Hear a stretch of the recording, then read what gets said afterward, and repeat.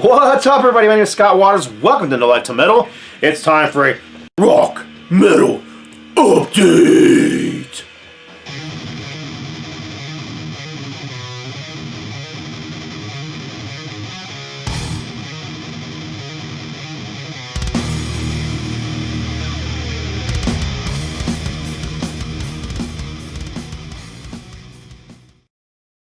That's right, time for rock metal updates, and I'm gonna get right into this. Got some lot of vinyl to show. One cassette, one CD. I'm gonna show the CD first. My mom hooked me up for this one for Christmas, but this is the brand new Fates Warning. I haven't heard it yet.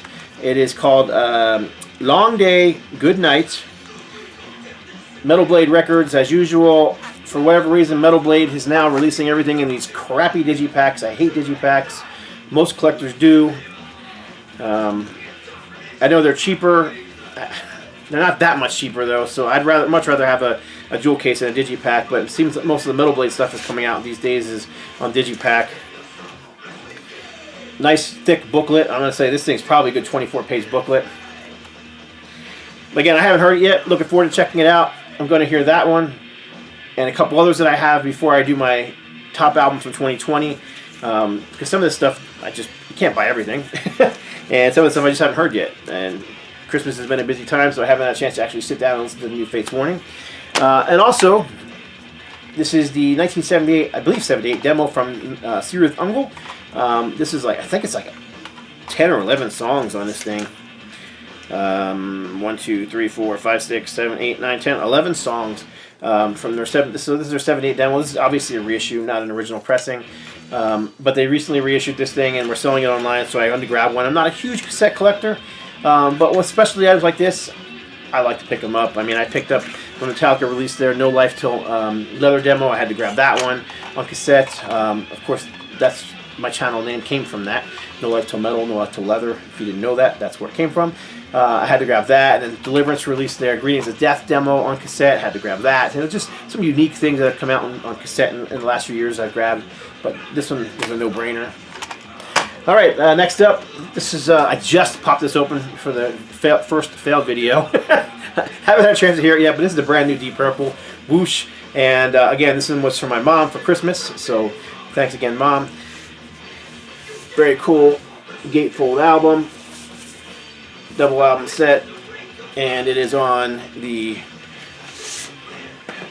None More block vinyl, which is nice.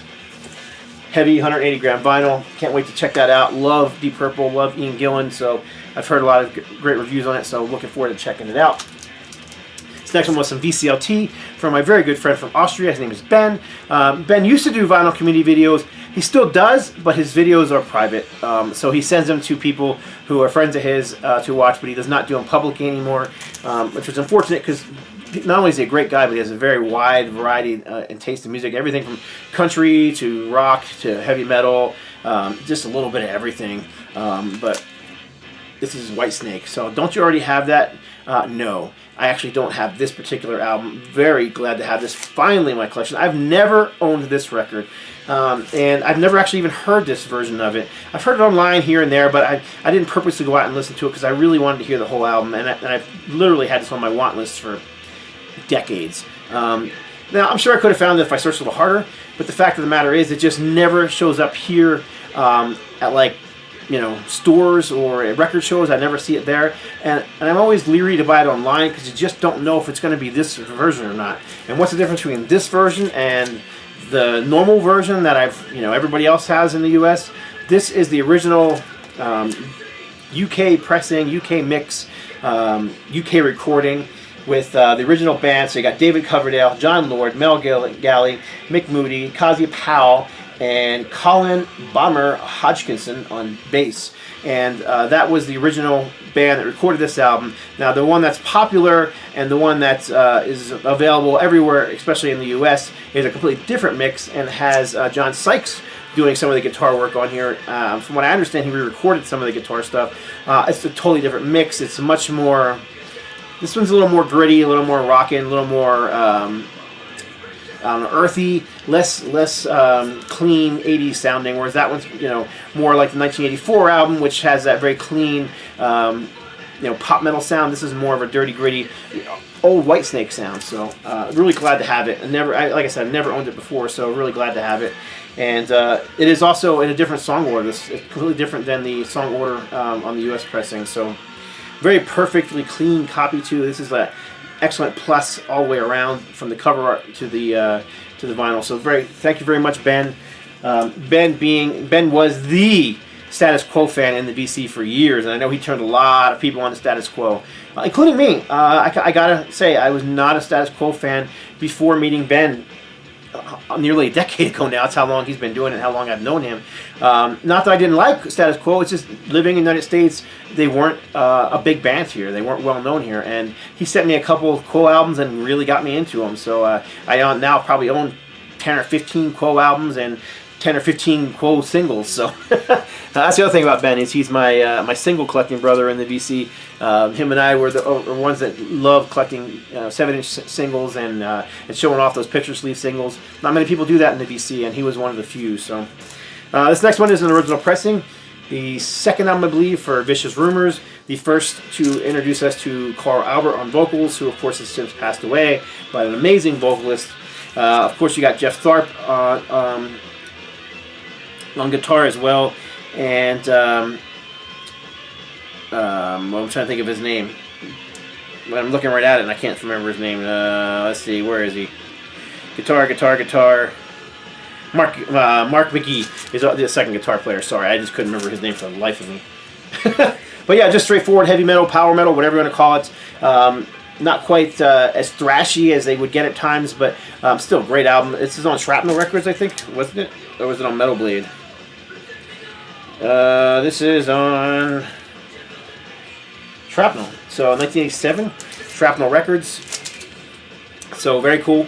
Very glad to have this one finally in my collection. I've had it on CD for decades. Just never had the vinyl. It does have a little cutout in the corner, as you can see here. Not a big deal. It doesn't bother me at all. It's Mike Happy. This next band, not very well known. Early 80s, out of Austria. Another band, actually, that Ben turned me on to. This is not VCLT for me. This is one I bought for myself. But regardless, he did send me several of their singles, which had me buying the full-length albums. But this is No Bros. This is their second album from 1982, I believe. And Ready for the Action. Now, you think of heavy metal in 1982, you tend to think of stuff like Iron Maiden and Raven and that kind of new wave of British heavy metal. This is definitely more of a 70s vibe. These guys are more akin to like a Uriah Heep and a Deep Purple than they are to like an Iron Maiden or a Venom or anything that was coming out in the UK at that time. But still great stuff. Very much enjoy their kind of throwback 70s sound. And you got to remember, this is 1982, so it's not like it's that much of a throwback. I mean, from 1982 to bands like Uriah Heep from a decade earlier. Really good album. This, like I said, their second album. Enjoy it. The OK record label. I have their first album too. Eventually, I'll get them all. I think I have all their 7-inch singles, thanks to Ben. There's the OK label. No Bros are OK. So if you're into that kind of keyboards, organs / mixed with heavy guitars, Deep Purple, Uriah Heep inspired kind of heavy metal, that's what you're going to get with No Bros. I believe they had 3 albums out in total. No Bros. Going from the 70s hard rock heavy metal sound to the 90s death metal sound, this is Norwegian band Brahms and Ascension. I love this album. Just straightforward grunt and grind metal, but they have a bit of a melody to them, melodic, yet brutal at the same time. Great stuff. Limited to 200 copies on black vinyl. And Norwegian death metal Jewel from 1994 for the first time on LP. Sure enough, and I have an original CD pressing of this that I've had since the 90s, really. In the early 90s, I was really into death metal for a period of time where I was just buying anything that came out in death metal. And this was one of those bands I had purchased and love it to this day. So glad it's finally out on vinyl. Very cool. Actually, this is a different cover, and I believe this might be the original cover. Mine is a different pressing on CD. So there was a few different covers on this album, but I'm pretty sure this is the original cover for Grom's Ascension. I think Groms means God rules over my soul. I could be wrong on that, but that's what I kind of recall. Yeah, just another copy of this, because you need to have several copies of this gem in your collection. Jagdpanzer, Ample Destruction. This is a clear vinyl copy, as the sticker indicates on here. This is a remastered version on, I believe it's on High Roller.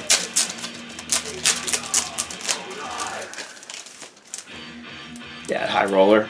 Here's the back cover.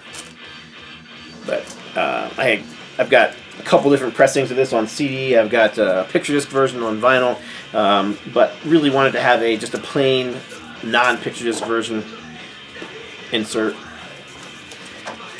And this is on a clear vinyl.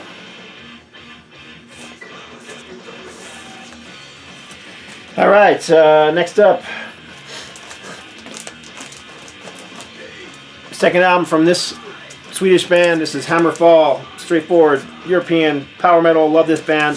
One of my favorite bands that came out in the '90s and was flying the heavy metal freak flag when other bands were trying to say they weren't heavy metal anymore, and the press was declaring that heavy metal had died, and grunge ruled the day. I was listening to bands like Gravedigger and Hammerfall, and this album is fantastic. Hard for me to pick a favorite from Hammerfall. Their first two tend to be my favorites. But yeah, Legacy of Kings, just a brilliant, straightforward heavy metal album. Call it power metal. Thing is, people think power metal, you think double bass driven through the entire album, and that's not the case here. You've got great hooky songs. You've got great guitar solos, good melody. It's got everything you want in heavy metal. It's a great album. All right, I've got 2 left here for this updates. Brand new album from Warbringer. This album is fantastic. Thrash metal. I mean, there's no other way to describe this, but it's just straightforward. Hammer into your brain thrash metal. Weapons of Tomorrow. This is a 2020 release on Napalm Records. I can't imagine it's not making my top 30 for 2020 because it's just that good. I've only had this thing for less than a month, and I've probably spun it 10 times. It's just so good. I mean, when it comes to thrash metal, the Accuser is one that I just listened to over and over again. Warbringer, Midrost, the New Testament. So there's several great thrash metal albums this year that are really there's just no doubt they're top of my list. And this one as well, brand new release for 2020. Kind of coming in at the end of the year, but still another one that I've spun several times already. But this is the brand new album from Hex. This one coming in more into the power metal sound and the thrash metal, mostly U.S. power metal sound. Right in line with a band like Metal Church or maybe Malaya Rage or Heretic, and that kind of straightforward heavy metal, but kind of pushing the boundaries, a little speed, and kind of getting closer to that thrash metal sound. That's kind of what you got here. Great vocals. Really enjoyed this one. Lots of big heavy hooks. So brand new album from Hex. God, this has got to be album number 5 or 6 from them. Not counting all the EPs in between. But they released an album. I don't know. It's got to be 2 or 3 years ago now. So good to have something new from them finally. This is Entangled in Sin by Hex. So there you go. That's my last vinyl update for 2020. Got a lot of things planned coming up. Had some requests for things I'm going to do, and I do have a vinyl update I'm going to do with bootlegs. Unfortunately, there's no way I'm going to get that done before the end of 2020. So just want to wish you all a happy New Year. Here's to a far better 2021 than 2020 ever was, and God bless and stay strong.